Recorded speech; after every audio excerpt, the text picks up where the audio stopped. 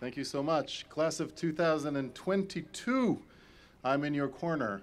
10 minutes from now, you wouldn't have to worry about me, but we have 10 minutes to pass together.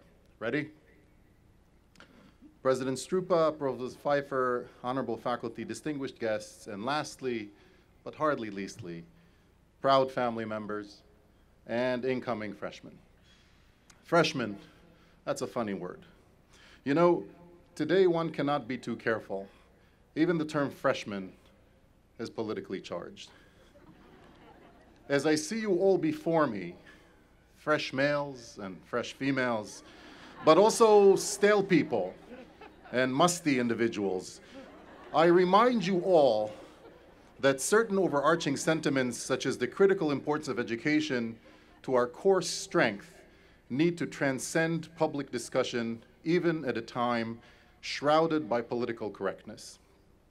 My dear University Frosh, you will soon discover that some people are sensitive to names, terms, and titles beyond your wildest dreams, even those that many deem innocuous and non-pejorative.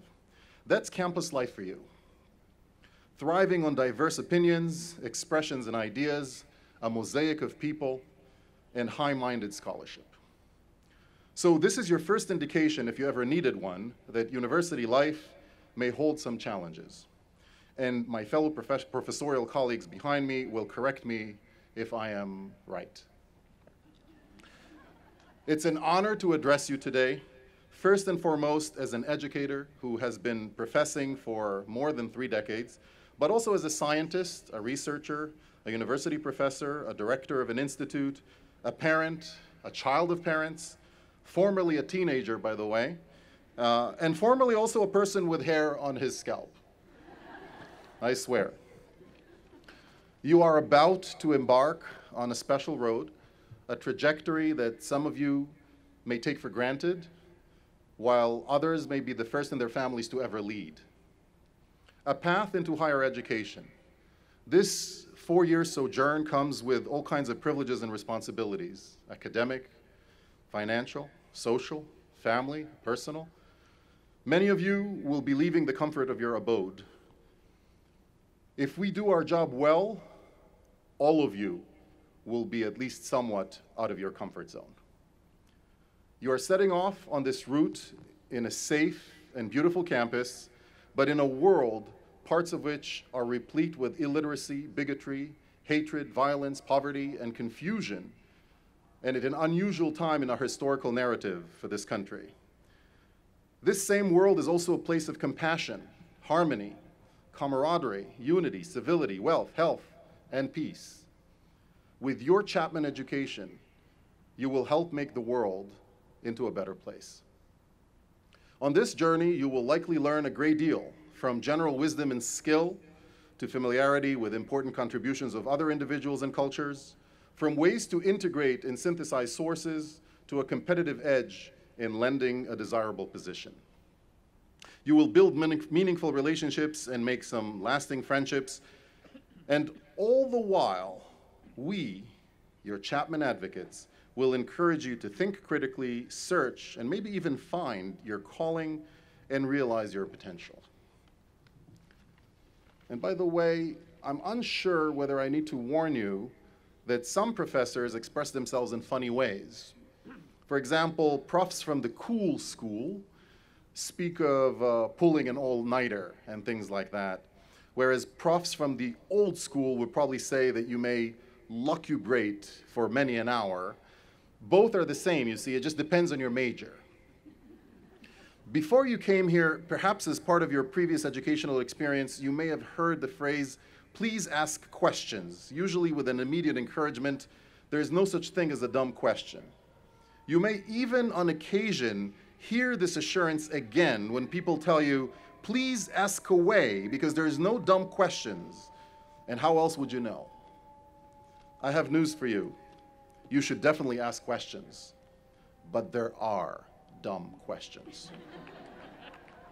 Any questions you ask will allow folks around you to form an opinion about you. For better and for worse, your questions, your words, as well as your silences, your opinions and your actions, as well as your lack of action, will define the kind of person you develop to be. That's why your education is so important.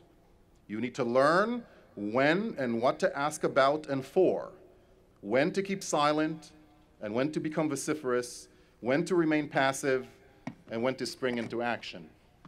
You need to learn that when you must put your foot down, you must put your foot down. For some of you, it may happen when you encounter a Holocaust denier. For others, when you meet a member of the Flat Earth Society.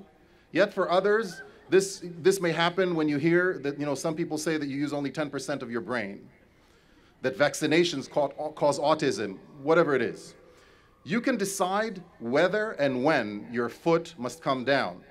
But whatever you decide to do, you need to have the tools to look for, compile, and analyze information. Doing so will reveal to you and to those around you that the tragedy of the systematic, bureaucratic, state-sponsored persecution and murder of a people by a regime is a historic fact. That our Earth is hardly flat, and even the dumbest folks you know use a lot more than 10% of their brains. And that vaccinations, those ingenious interventions that can prevent or ameliorate infectious disease, neither cause autism nor give you the flu. They largely save lives. The good news is that we have experts in this university who can provide definitive answers to these and many other such questions. The bad news is that you need to be very careful with your questions, because sometimes you actually get what you ask for. We live in a fragile democracy where terms such as fake news and alternative facts have become a part of current dialogue. If we aren't careful, we may slip into a cult of ignorance fueled by the specious notion claiming that democracy means that my ignorance is just as good as your knowledge. In this regard, the very mission of universities is beginning to change. Some universities don't educate people anymore. They just train them to get a job. You are lucky because Chapman does both. However, there's a growing and disturbing trend of anti-intellectual sentiment around us. For example, previous appreciation of and interest in the sciences, the arts, and the humanities is changing as more and more people dismiss these lofty domains and replace them by the pursuit of superficial entertainment, mindless spectacle, voyeurism, self-righteousness, obliviousness, and deliberate gullibility. I think we can all agree that some powerful social, technological, and cultural influences form irresistible forces in this dynamic. These include, among others, the triumph of video over print culture and the disjunction between rising levels of formal education and shaky grasp of basic science, history, and geography. Look what's happening among youngsters. A generation of youth reads little of value but walks around with portable devices while showing serious digital addiction to social media and low-quality text.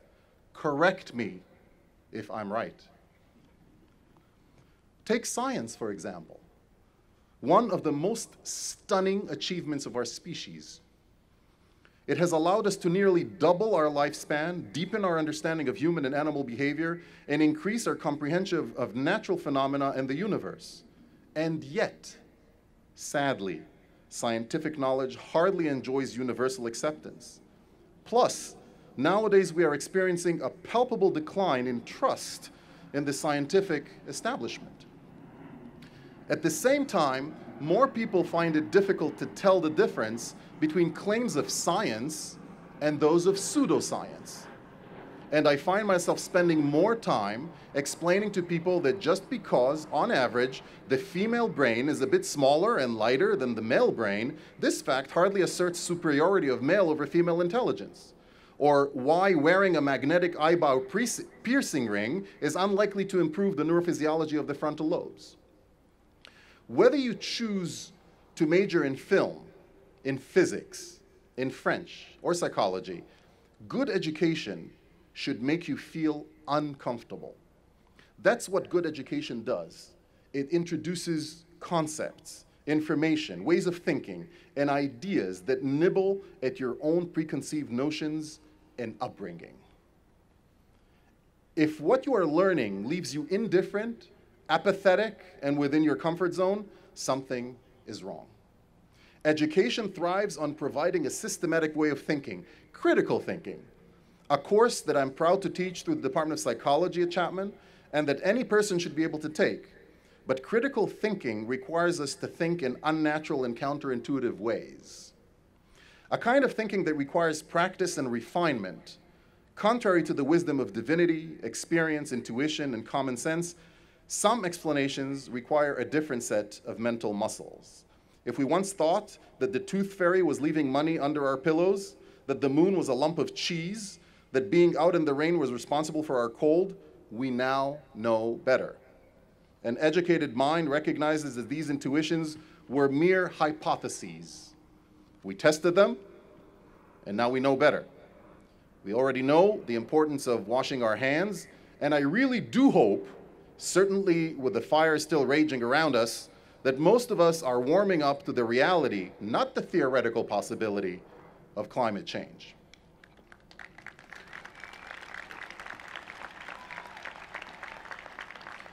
Educated individuals combine knowledge with the right dose of skepticism.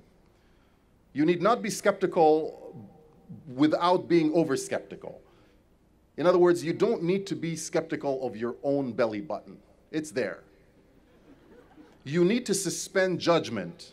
In other words, you need to be open to new ideas, but recognize that some ideas have already been tested and proven false.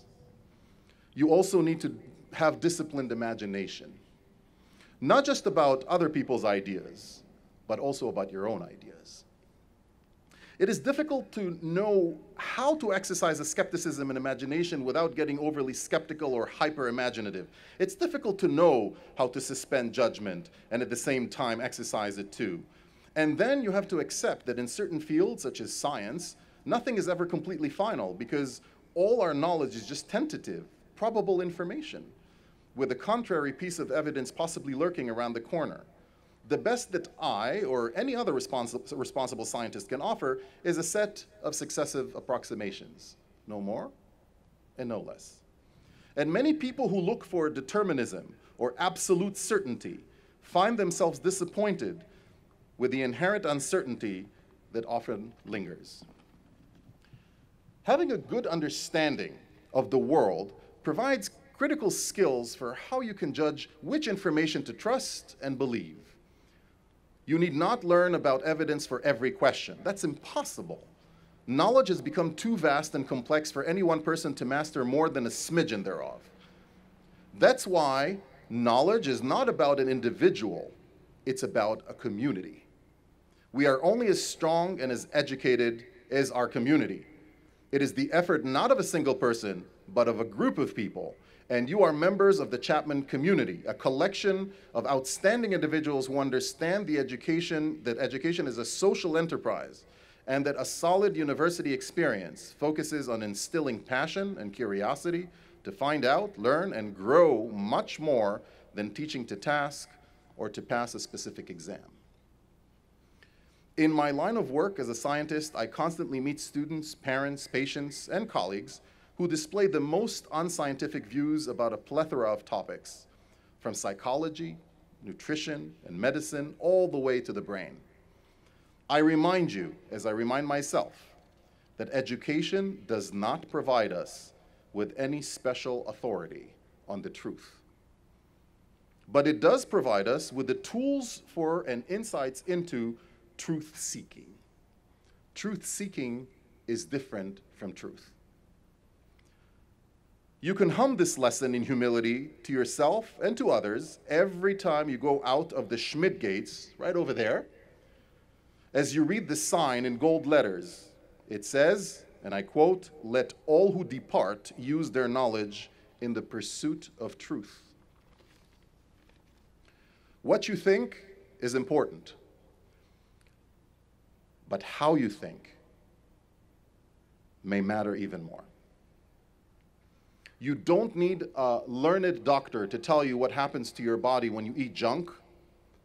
You don't need a brain scientist to tell you what happens to your mind when you think junk. Regardless of your major and what courses you decide to take, you will discover, if you haven't already, that pursuing ideas with the characteristics of curiosity, conviction, openness, and discipline more than paves the road to knowledge. It paves the road to becoming healthier, a better member of your family, an informed citizen of your country, and a meaningful denizen of the world. Congratulations on joining the distinguished community of Chapman University. Even in the bright Southern California sun that is gone at the moment, thankfully, your future glows brilliant and dazzling. Good luck, and I look forward to seeing many of you in my courses at the Brain Institute around campus, but also later in life, when you are older, and I'm even more ancient. Perhaps you too, one day, will whimsically say what my father says when he knows better: correct me if I'm right. Good luck.